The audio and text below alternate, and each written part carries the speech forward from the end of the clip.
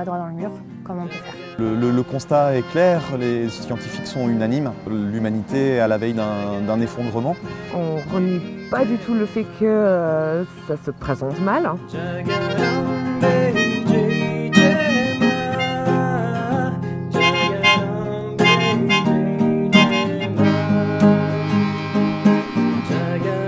Il y a plein de définitions pour la permaculture. La définition la plus courte, c'est efficacité et éthique, ou alors la révolution déguisée en jardinage bio. C'est vraiment pour moi des techniques, des stratégies, un état d'esprit qui permet de transitionner de notre culture actuelle, qui n'est pas du tout pérenne, vers quelque chose de plus soutenable et de plus agréable. Il y a beaucoup de définitions de la permaculture. J'aime beaucoup celle de Patrick Whitefield qui dit que la permaculture, c'est une conspiration des plantes pour reconquérir la planète.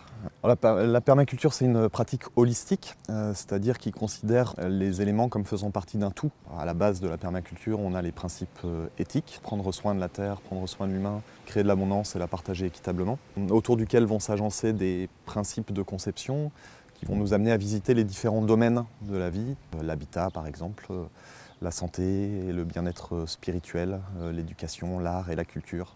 J'ai un bon ami à moi qui est vraiment impliqué dans l'environnement, l'écologie. Pour lui, la vision de la permaculture, c'était les buts. Je suis tombé sur un reportage qui est passé sur Arte. J'ai pas vu du tout que des buts, quoi. J'ai vu énormément d'autres choses. Et les personnes qui parlaient de la permaculture, en fait, avaient un discours qui était loin d'être le discours simpliste de dire si vous êtes permaculteur, c'est que vous avez fait des buts. Voilà.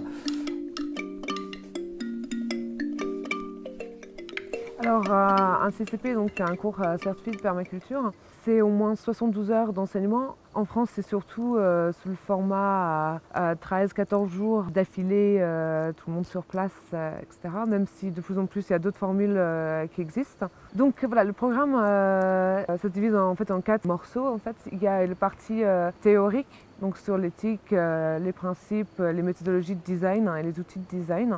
Il y a un autre quart qui va être l'application concrète de la permaculture vers le monde du vivant. Donc on va parler de l'eau, du sol, des arbres, de l'agriculture. Le troisième volet, ça va être les applications au niveau humain, que ce soit la permaculture humaine, l'éco-construction, les outils et technologies, la finance et l'économie.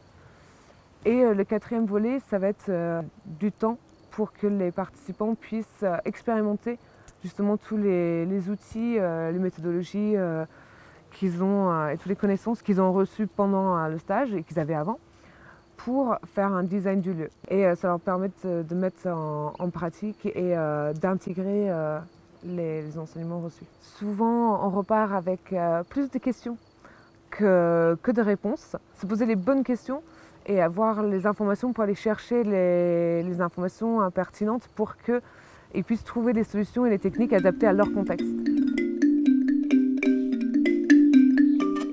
C'est ça qui m'attirait le plus au départ, c'était comment créer des écosystèmes, enfin des systèmes de culture qui soient sains, durables, pérennes, etc.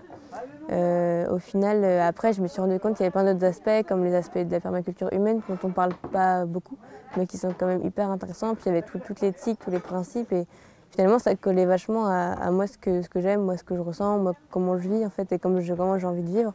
C'est une expérience et après c'est vraiment le cadre, la durée de la formation, les 12 jours, c'est vraiment une bonne durée je pense pour bien apprendre à se connaître, bien se déconnecter aussi. Et après voilà, être connecté, prendre son temps aussi et apprendre plein de choses.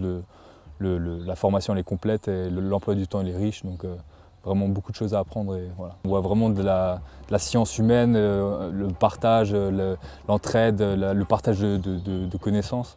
Et après, bien sûr, après le partage et la reconnexion avec la nature, et être en symbiose avec soi, avec la nature, avec son environnement. Moi, je suis venue chercher ici des échanges, rencontrer des gens, avoir des histoires, différentes expériences, du partage, et puis aussi des connaissances, mettre parfois d'autres mots sur moi, ce que j'ai pu ressentir ou sur ce que j'ai pu lire, et apprendre, découvrir. Le Club de Rome en 72, c'est un rassemblement de chercheurs, de savants et de personnes qui voulait mener des réflexions en fait, sur la durabilité de notre mode de vie occidental. On vient quand même de se prendre 2 guerres en pleine tête.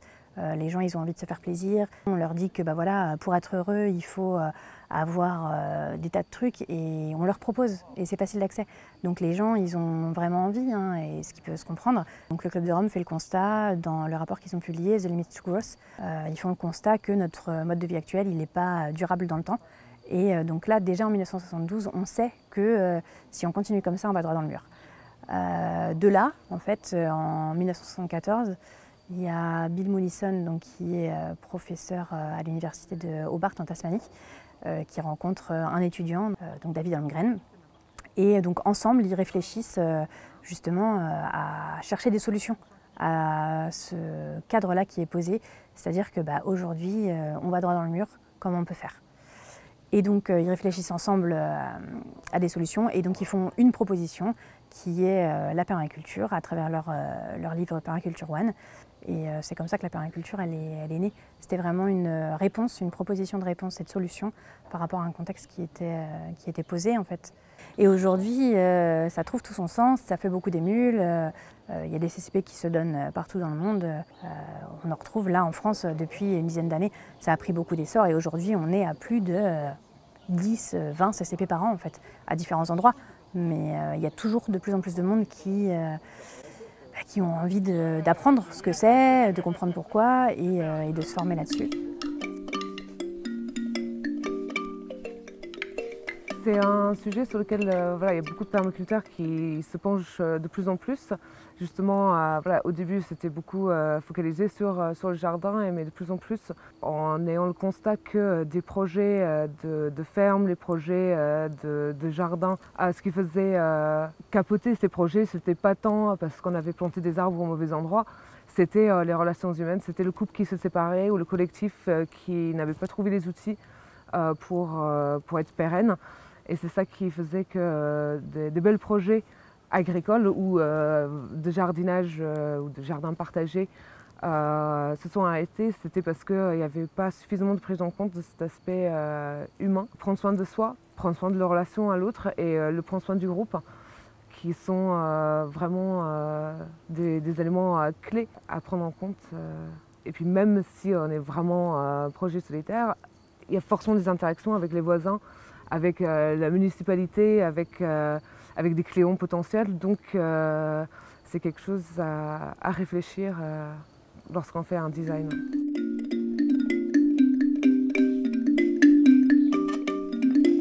Pour moi, la résilience, c'est un peu la base de tout. En fait.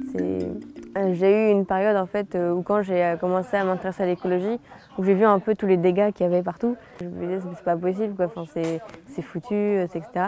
Et du coup, ouais, pour moi, cette résilience, c'est cette capacité à rebondir en fait, sur quelque chose qui se passe et en faire quelque chose de plus beau, de plus juste. La nature est résiliente de base, en fait. C'est juste que nous, il faut qu'on retrouve ce chemin-là, quoi. Donc pour moi, la permaculture, ouais, c'est parfait pour ça, quoi. Je pense que ça fournit vraiment des outils concrets pour développer la résilience par la suite.